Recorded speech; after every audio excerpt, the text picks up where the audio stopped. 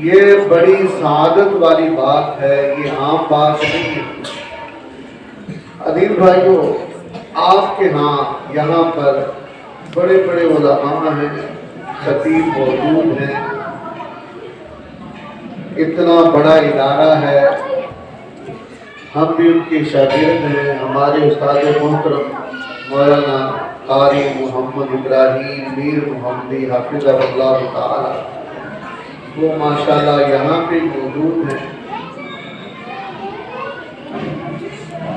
یہاں آنے کا مقصد یہ ہے کہ اللہ رب العزت نے یہ موقع شادی کا اور پھر اس کو دین کے ساتھ نوجوان نے، میرے بھائی عاقب صاحب نے کس طرح اس کو جو ہے وہ دین کے ساتھ مزین کیا اور پھر لوگوں کو مسجد میں بٹھایا، یہ عام بات نہیں، یہ میرے رب کا فضل اور کرم کی بات ہے۔ یہ ہر بندے کے نصیب میں اس طرح کے موقع نہیں آتے، ہر بندہ ایسی مجلسیں نہیں کرواتا۔ ایسی مجلس وہی کرواتا ہے جس سے میرا رب راضی ہو اور برے کاموں سے جن کو میرا اللہ روکتا ہو اور اچھائی کی طرف لے جاتا ہو۔ تو یہاں پر خطیب بہت زیادہ ہے، علماء بہت زیادہ ہیں، لیکن میں کس لیے آیا کہ نوجوان نے 1 سال 1.5 سال بلکہ اس سے بھی زیادہ میری شادی پہ آپ نے آنا ہے اور ہم نے جلسہ کروانا ہے۔ میرا ماحول، میری گفتگو ماشاءاللہ جس طرح خطیب بیان کرتے ہیں، بڑے نکتہ دان، بڑے شعر، اور ماشاءاللہ کس طرح اپنی تقریر کو مزین کرتے ہیں، وہ تو نہیں، لیکن میں اس کی محبت کے لیے آ گیا۔ چلے میرا بھی حصہ ڈال جائے گا کہ اس نے کہا کہ آپ نے میری شادی پہ آنا ہے۔ تو بھائیوں، بات یہ ہے کہ یہ بڑے نصیب کی بات ہے، اللہ اس مجلس کو اپنی رحمت اور برکتوں والا مجلس بنا دے، اس مجلس کو دنیا اور آخرت میں کامیابیوں سے مالا مال کر دے۔ ہم سب کا یہاں پر آنے کا مقصد یہ ہے کہ اللہ کے گھر میں بیٹھتے ہیں، اللہ ہمارے گناہوں کو معاف کرے گا۔ اللہ، ہم تجھ سے التجا کرتے ہیں، ہمارے گناہوں کو معاف کرنا۔ یا اللہ، تیرے بندے، تیری بندیاں اس لیے یہاں پر جمع ہیں، اپنے گناہوں کو تیرے سامنے رکھ کے بیٹھے، میرے مولا ساری غلطیوں کو نیکیوں میں تبدیل کر۔ عزیز بھائیوں، اس کائنات میں آنے کا مقصد کیا ہے؟ میرے رب نے قرآن مجید کے اندر فرمایا، جنوں اور انسانوں کو میں نے اپنی عبادت کے لیے پیدا کیا ہے۔ یہاں پر انسان ایسے ہی نہیں چھوڑے گئے بھیڑ بکریوں کی طرح، کہ بھیڑ بکریوں کی طرح جناب جس طرف دل کرے چلے جائیں، جہاں بیٹھنا چاہے بیٹھ جائیں، جہاں جو دل چاہتا ہے وہ کر لیں۔ انسان کے متعلق اللہ رب العزت نے یہ نہیں فرمایا۔ انسان کو اللہ رب العزت نے زندگی گزارنے کا طریقہ اور سلیقہ سکھلایا ہے، لیکن افسوس مسلمانوں کے اوپر یہ طریقہ اور سلیقہ سارا کچھ بھول چکا ہے، اپنی منمانی زندگی گزارتا ہے اور کہتا ہے کہ یہ زندگی جو ہے وہ بڑی لذیذ ہے۔ میرے بھائیوں، ہم سب جانتے ہیں کہ زندگی کس طرح جو ہے وہ پلٹے کھاتی ہے، زندگی کس طرح انسان کو جو ہے کبھی اوپر کبھی نیچے لے کے آتی ہے۔ اس جمعے کو میں آپ کو ایک بات سمجھانا چاہتا ہوں۔ اس جمعے کو میں بیٹھا ہوا تھا، میرے پاس ایک بزرگ آئے سلام لینے کے لیے، میں ان سے ملا، میں نے پوچھا کیسی طبیعت ہے؟ وہ منہ سے تو نہیں بول سکے لیکن بس کہنے لگے کہ الحمدللہ۔ من یہی تھا کہ اللہ کا شکر ہے۔ میرے جو پاس بیٹھنے والے شخص تھا وہ کہتے ہیں کہ میں اور یہ بزرگ ایک گاؤں کے، اور میں اس بزرگ کو جانتا ہوں کہ 3 من کی چھٹی جو ہے یا جو